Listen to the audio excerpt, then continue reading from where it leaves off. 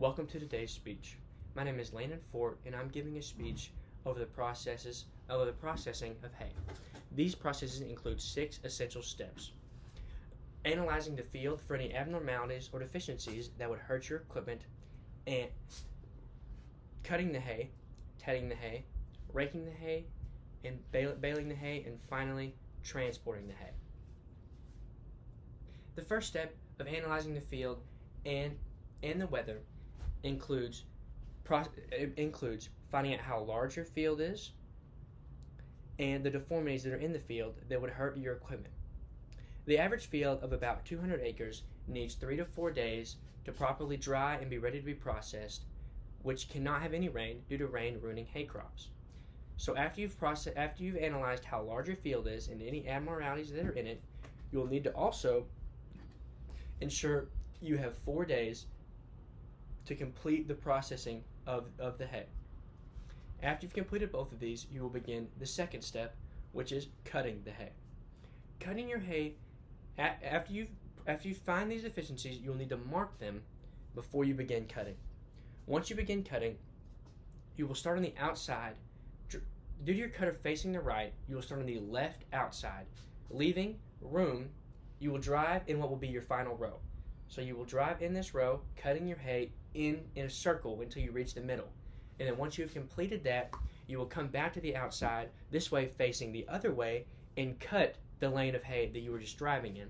This assures that you run over no sticks or any deformities until after the thing is done, and you will hopefully run into none of them since they've already been marked, and if you missed them, they should be minor enough to not cause any issues.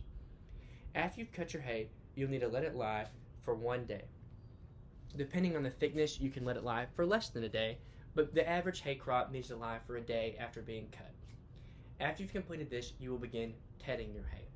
Some farmers believe tedding a hay is an inefficient use of fuel and equipment, but experts like Skip Fort, contactable through 870-378-5496, believes that tedding is not only the most useful form of processing hay, but is also the most fun due to him believing processing hay is a passion of the soul. Tedding your hay allows for your hay to be spread out and for the sun to affect it more directly due to it being not in a big clump as it is when it's cut.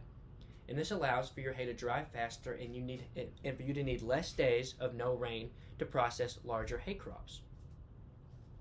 After you've completed tedding, you will let your hay lie for an average of 1.5 to 2 days, depending on the thickness of your hay. But the average hay crop will need 2 days of sitting to be completely dry and ready for the final 2 processes of processing your hay before you haul it off. The first process is raking. When you are raking your hay, you will begin raking 3 lines outside of the pasture in a rotating manner like it's a circle. And then you will either go vertically or horizontal depending on how the field is formatted, whether it be longer or wider, to increase efficiency and not having you turn as much, putting more wear and tear on your equipment. After you've completed this, your baler will begin halfway through the raking cycle because the hay is already dried and it needs no more time to dry.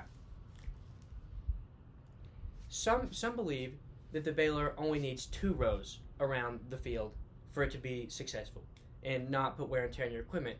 But experts like Chris Ford, contactable through 870-378-1204, say that these 3 rows are essential and almost not only essential but required for your baler to last for the last bit of times. These 3 rows allow for less vicious turns and less wear and tear to be applied to the equipment.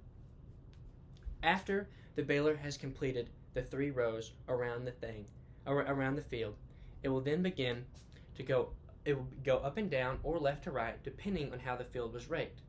When it does this, it will bale a row, skip a row, bale a row, skip a row, this way to avoid even more strenuous turning, and on its way back, it'll get the rows it missed.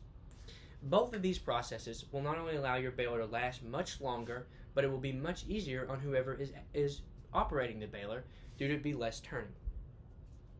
After the baler has finally completed baling all the hay and all of it has been raked and baled, you'll then begin to haul your bales off to a secure facility such as either a barn or other storage devices.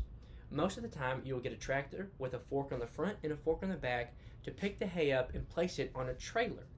And then you will have, this is a two-man operation, one operating the tractor, the other operating the trailer. And if you're really efficient, you can have two trailers going with one tractor. The tractor will pick the bales up and place them on the trailer. The trailer will then drive to the barn, get in another tractor that is at the barn, and then unload these bales into the barn for safekeeping for the winter whenever hay bales are needed. After this has all been completed, you'll need to ensure that there is no way that water can reach your bales or any mildew or mold can grow on them due to this ruining the bales that you've just worked so hard to create. Although I've listed the 6 major steps in many ways to prepare for any inconveniences that occur, still issues may arise that I have not assessed in my speech. If any of those issues arise, please call the 2 experts I've listed, and they will help you in any way that you've needed.